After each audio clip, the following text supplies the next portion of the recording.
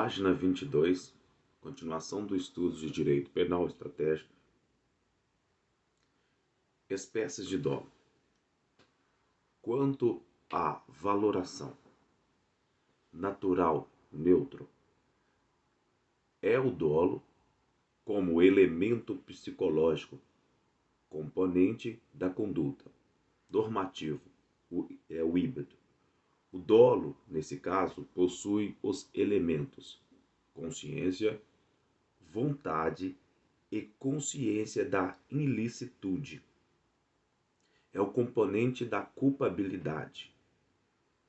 Quanto ao elemento volativo do agente, direto determinado, é a vontade de realizar a conduta e produzir o resultado. Indireto, ou seja, indeterminado, é a vontade de realizar a conduta sem que exista o desejo de produzir um resultado certo ou determinado. Subdivide-se em alternativo, que é a vontade do agente de produzir qualquer dos resultados previstos, e o eventual, que é o elemento subjetivo presente no agente, que, sem desejar o resultado, assume o risco de sua ocorrência. Quanto ao resultado de dano, vontade de produzir efetiva lesão ao bem jurídico. De perigo, vontade de expor o bem jurídico a um risco de dano. Quanto à natureza, nós temos o genérico, que é a vontade de realizar a conduta sem um fim específico. E nós temos também o específico, que é a vontade de realizar a conduta com fim específico, que é elementar do tipo penal. Quanto a um resultado diverso, geral, erro sucessivo ou aberratio causae. O agente supõe ter alcançado o resultado pretendido e, então, pratica nova ação que provoca tal resultado.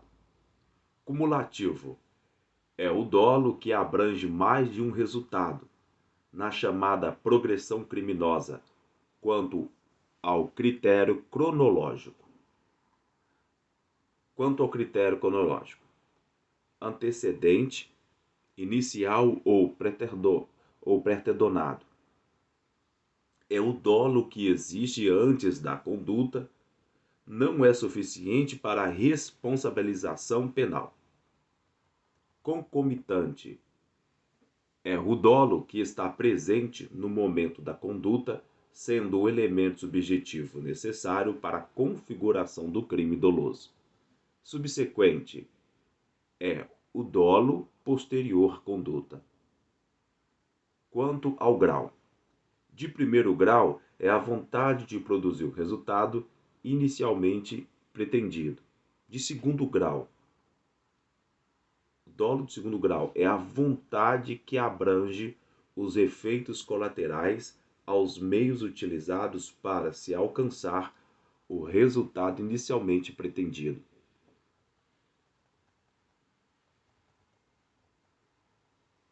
E o dolo de terceiro grau existe? Segundo o entendimento majoritário, não. O dolo de terceiro grau seria a consequência necessária que seria decorrente de se atingir outra consequência necessária. Vamos falar agora do tipo culposo. Tipo culposo é aquele cujo elemento subjetivo é a culpa estrito sensu, ou seja, em sentido estrito. A culpa, portanto, é a vontade de praticar uma conduta a qual, por sua vez, causa um resultado não querido nem aceito pelo agente, mas que lhe era possível até mesmo previsto. Elemento do crime culposo: conduta humana voluntária, Então, os elementos do crime culposo. Nós temos a conduta humana voluntária, que só possui importância para o direito penal. Temos o resultado naturalístico, involuntário e previsível, que é necessário que o resultado seja ao menos previsível. Nós temos também um nexo causal, que é o vínculo de causa e efeito entre a conduta praticada e o resultado causado. Temos a tipicidade, que é a adequação entre a conduta praticada e a lei penal incriminadora. Violação de um dever objetivo de cuidado. É necessário, nos crimes culposos, a violação de um dever de cuidado é o que caracteriza a culpa em sentido estrito. Modalidades de culpa. Nós temos a imprudência, que é a ação descuidada que se manifesta por meio de um comportamento positivo. Temos a negligência, que é a ausência de precaução caracterizada por um comportamento negativo, uma omissão, por exemplo. Negligência é a ausência de precaução caracterizada por um comportamento negativo, uma omissão. Nós temos a imperícia também, na modalidade culposa, que é a falta de aptidão técnica para o exercício da profissão ou atividade. Então, nas modalidades de culpa, nós temos a imprudência, a negligência e a imperícia. Espécies de culpa. Com relação à previsibilidade do resultado, consciente, com previsão ou ex-lasciva. O agente prevê o resultado, mas não o aceita, espera que ele não ocorra. Nós temos também, na espécie de culpa, inconsciente, que é sem previsão ou ignoratia. O agente não prevê o resultado, mas este era objetivamente previsível.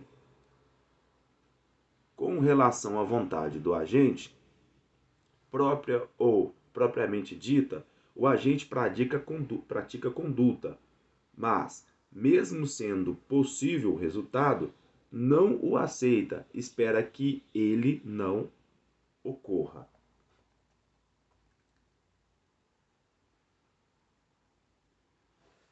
Imprópria.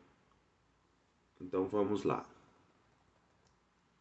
Espécies de culpa imprópria. Com relação à vontade do agente.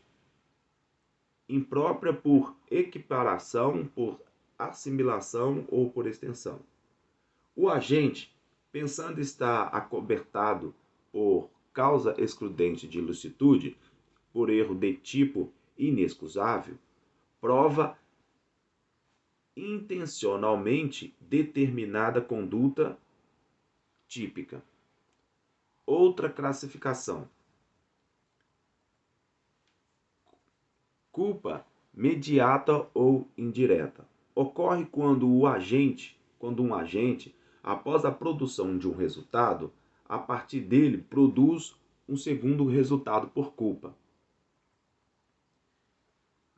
Tipo qualificado pelo resultado.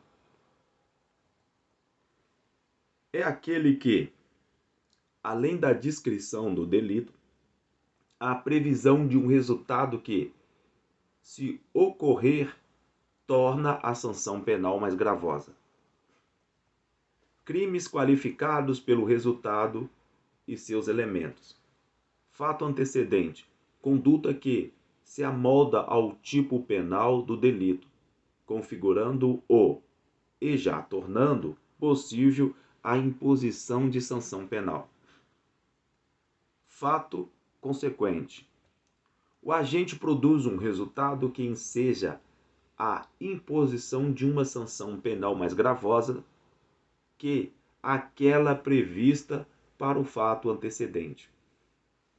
Crime préter-doloso é aquele composto de um fato antecedente praticado a título de dolo, com um resultado culposo, o qual possui o efeito de tornar a sanção penal mais gravosa.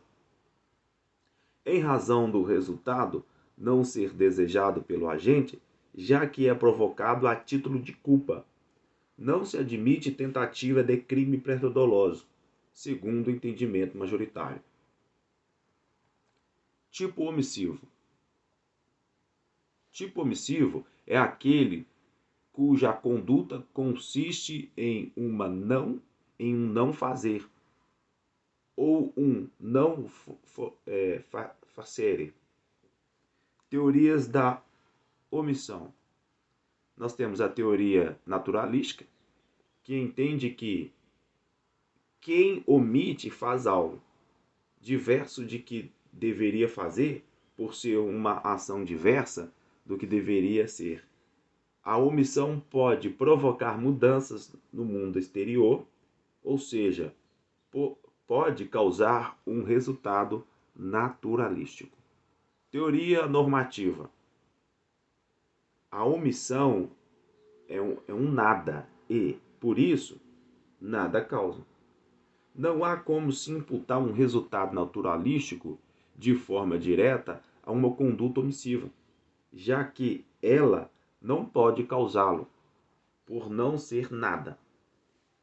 Portanto, a fórmula da teoria normativa da omissão é a seguinte: non facere, que seja comportamento, quod debuter, que seja dever jurídico de agir. Espécies de crime omissivo. Espécies de crime omissivo próprio ou puro. É o crime cometido em virtude do descumprimento da norma imperativa. O dever jurídico de agir não existe, aqui de forma genérica, mas decorre da expressa previsão de um tipo penal, de natureza mandamental, que determina a punição por omissão em determinados casos. É o caso do crime de omissão de socorro.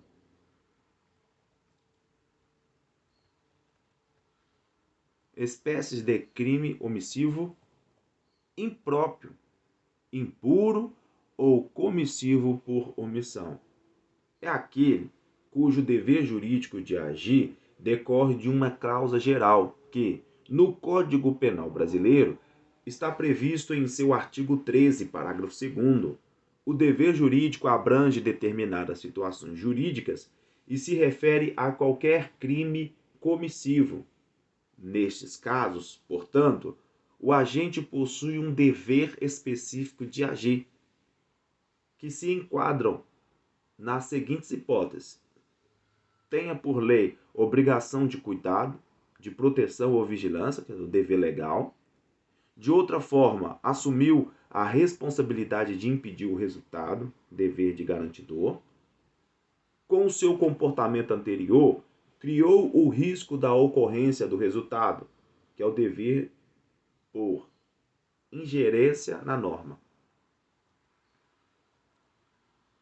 Omissão por comissão. Cuida-se de crime tipicamente omissivo, mas há uma ação, um comportamento comissivo que provoca a omissão. Só parte da doutrina usa tal classificação.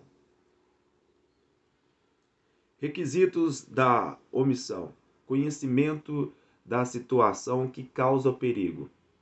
É imprescindível, sob pena de se admitir responsabilidade objetiva, que o sujeito tenha consciência da situação de risco ao bem jurídico. Requisitos da consciência da sua posição de garante. Também, como decorrência do próprio princípio da culpabilidade, é imprescindível que o sujeito tenha consciência da sua situação, a qual leva a um dever jurídico de agir, seja ele genérico ou específico. Possibilidade real física de impedir que o resultado aconteça, de executar a ação exigida. Por fim, a responsabilidade penal só pode ocorrer caso se demonstre que o agente poderia evitar o resultado. Crimes de conduta mista. Consiste no tipo penal em que se prevê uma ação, seguida de uma omissão, segundo crime de conduta mista. Consiste no tipo penal em que se prevê uma ação, seguida de uma omissão, sendo que ambos os comportamentos são necessários para a sua configuração. Erro de tipo. É a falsa percepção pelo agente da realidade que o cerca. Ocorre, portanto, quando o sujeito ativo se equivoca quanto ao mundo exterior, interpretando-o de forma incorreta. O erro de tipo recai sobre elementos ou circunstâncias do tipo ou outros dados acessórios. Trata-se de erro sobre uma situação da realidade que está descrita em um tipo penal. Espécies. Erro de tipo essencial. Recai sobre os elementos principais do tipo penal, elementares e circunstâncias. O erro impede o agente de saber que está cometendo um crime. Erro de tipo essencial, invencível, inevitável, desculpável ou excusável. Trata-se de erro imprescindível, aquele que não poderia ter sido evitado pelo agente. Erro de tipo essencial, vencível, evitável, indesculpável ou inexcusável. É um erro previsível, que poderia ter sido evitado pelo agente com o emprego de certa diligência. Neste caso, pune-se a culpa, caso haja previsão de da figura culposa. Erro de tipo acidental. Recai sobre dados da figura típica, que são irrelevantes para a configuração ou não do delito. Erro de tipo sobre o objeto. O erro in objeto. É aquele em que o agente confunde o objeto material atingido um que é diverso àquele pretendido. Não há previsão legal